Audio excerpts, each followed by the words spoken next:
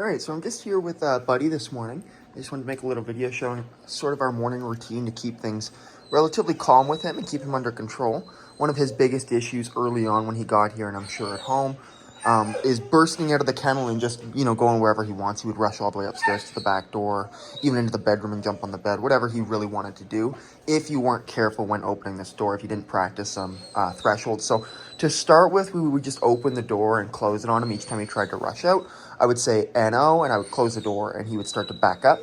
And he kind of got the idea of that, but then once you start moving away from the crate with the door open, he was very, very pushy with that boundary. He would always try to jump out and rush out and stuff. So what we've done is we have the e-collar on him. We always start the day by putting the e-collar on first. And for Buddy here, when he goes home, that leash should go on as well. So we have the e-collar on, the leash on. Now the door is wide open. And what I'm going to do is if he steps out, this e-collar is kind of old and broken, so don't ignore that. So what we're going to do is if he steps out, we're going to mark with an NO, and we're going to tap on our e-collar button, and we're going to bring him back into the crate there, right? So it's going to be no and a tap, and then bring him back in. He ideally will just back right in if I say no and correct. And I mean, ideally he doesn't even step out, which he's doing a good job of.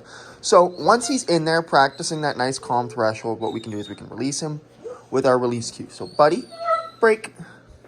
Good, and break means he's allowed to get out now. And notice the calmer energy. Normally he would be sprinting out, running circles around here, running up the stairs, or going wherever he wants. Good boy, Buddy. Sit. Nice. Getting that sit, and then we can say good morning. We can pet him. Good boy. Good. Okay. Buddy, heel. Now what we're going to do is we're going to heel him up the stairs. So we're going to keep things low energy here by walking him in a nice, good boy, heel. Nice structured fashion. Hey, shh. Nice structured fashion up and down the stairs. Notice how he ran up the stairs there? So I'm just going to shorten his leash up here to prevent that. I was not prepared for that. Hey, quiet. Buddy, no. Heel. So that was a no and a correction for no. For going up the stairs preemptively ahead of me. We're going to bump this level way up here. He's not sensed on the collar, that's for sure. Good. Heel. Now making our way up the stairs with him. Nope. Nope, in that heel position. So that was a correction. Hey, quiet. That's one of our new dogs that we got in. He's quite vocal in the crate. Heel. Nope. Good. Heel. So again, I want him heeling here, right? So that was another correction there for moving ahead. Good. Heel. I'm going to heel him away from the door here just to demonstrate that again. Good. I want to make sure that even in the house, heel, we have a half decent heel. So, let's say somebody were to walk in, sit. Good boy. Somebody would walk in the room here that he's excited to see. I wouldn't want him rushing out of this heel to go see them. That would be a no and a correction, right? We got to make sure we're setting these boundaries. And doing it in the house is it's not a permanent thing, and you don't have to do it all the time.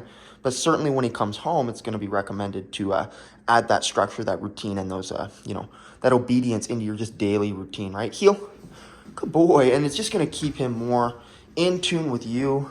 Less, worried about what he's worried about. He used to be very, very whiny. Right now you can see he's not whining because he's focused on what we want him to be doing and not just focused on other random things, wandering around sniffing or whining or standing there staring at us and whining like he would normally be doing.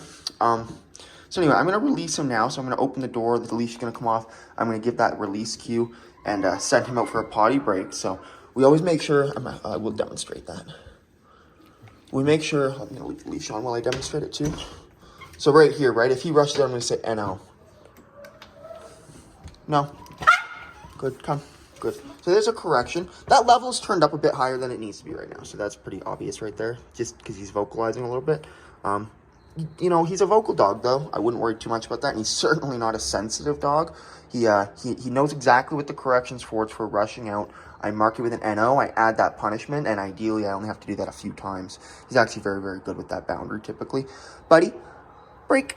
Good boy. So I'm just going to pop this leash off here too before sending you outside. Yeah. He used to have an obsession with biting the leash too, and he's doing a really good job of not trying to do that too much anymore. So he would normally just be biting that leash right now. Buddy, break. Break. Good boy. Come on. Buddy, break. Come on. Good boy.